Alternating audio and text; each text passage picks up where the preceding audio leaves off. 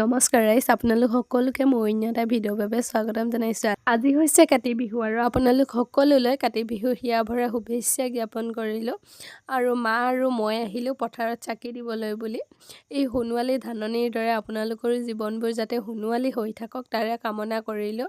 আৰু ঠাইভেদে যিহেতু এই নিয়ম নীতিবোৰ বেলেগ বেলেগ ধৰণে কৰা হয় আৰু আমাৰ ইয়াতনো কেনেধৰণে কৰা হয় তাকে অলপমান দেখুৱাবলৈ চেষ্টা কৰিছোঁ। ভুল হ'লে ক্ষমা কৰি দিব।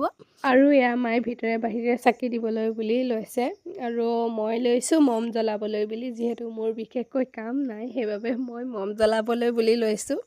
আৰু এয়া সকলোতে ভিতৰত বাহিৰত ময়ো মম দি ল'লোঁ আৰু তাৰ পাছত আহিলোঁ তুলসী তললৈ বুলি তুলসী তলত চাকি দিয়া হ'ল, লগতে সেৱা কৰা হ'ল।